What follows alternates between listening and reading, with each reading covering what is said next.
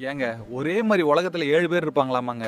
நம்ம நிலைமையே எம்பிட்டு மோசமா இருக்கு. மீதி 6 பேர் எந்த நாட்டில் எந்த ரோட்ல பிச்சை எடுக்கிறாங்களோ. ஏங்க எல்லாத்துக்கும் என்ன சொல்றீங்க? இருக்கும் வரை சந்தோஷமாய் இருங்கள். எப்போது எதை இழப்போம்னு தெரியாது. உங்க ஃப்ரெண்டுக்கு என்னங்க சொல்றீங்க? மச்சான், சும்மா எல்லாத்துக்கும் ஃபீல் பண்ணிக்கிட்டே இருக்காதா? இன்னும் எவ்வளவோ பார்க்க வேண்டியது இருக்குல்ல. ஊரை பத்தி என்ன நினைக்கிறீங்க?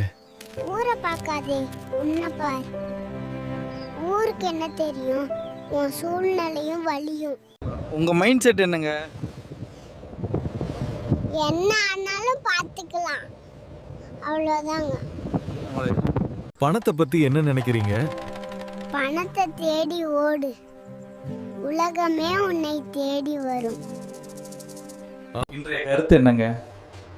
நீங்க தங்கமாவே இருந்தாலும் சரியான இடத்துல இருந்தா தான் மதிப்பு. நீங்க தனிமை பத்தி என்ன நினைக்கிறீங்க? தானே ஏற்றுக்கொண்டா தனிமை கூட அழகே. வெற்றியை பத்தி என்ன நினைக்கிறீங்க?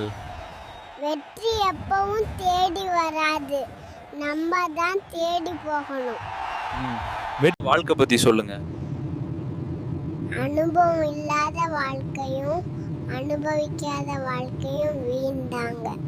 உன்னால முடியாதுன்னு சொன்னவங்களுக்கு என்ன சொல்றீங்க? இவனால இதை செய்ய முடியாதுன்னு சொன்னவர்கள் இதை எப்படி செய்தான் என சொல்லும் வரை போராடு. லவ் பத்தி சொல்லுங்க. லவ் பண்றது ஈஸி, ஆனா லைஃப் லாங் கூட வர மாதிரி ஒரு பார்ட்னர் கிடைக்கிறது தான் ரொம்ப கஷ்டம். தைரியமா பேசலன்னா என்னங்க ஆகும்?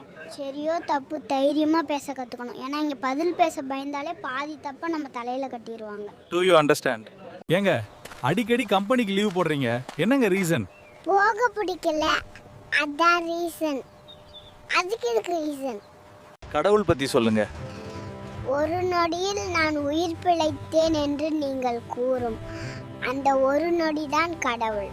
நீங்கள் எவ்வளோ சேவிங்ஸ் பண்ணி வச்சுருக்கிறீங்க? கையில் காசு இருந்தால் செலவாயிடுமேன்னு தான் அக்கௌண்ட்டில் காசை சேர்க்க ஆரம்பித்தோம். எப்போ ஜிபே ஃபோன்பே யூஸ் பண்ண ஆரம்பித்தோமோ அப்போலேருந்து 10 ரூபா கூட சேர்த்து வைக்க முடியல. பசங்க லைஃப் எப்படிங்க? வெளியூரில் வேலைக்கு போகும் பசங்க அம்மா கிட்ட அதிகமாக சொல்கிற போய் சாப்பிட்டம்மா. ஒரு நாள் உன்னால் டீ குடிக்காமல் இருக்க முடியுமா?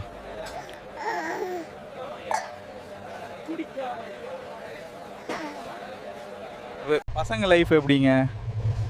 பையனா பிறந்தா ஜாலியாக இருக்கலாம், கண்டிப்பாக நிம்மதியாக இருக்க முடியாதுங்க.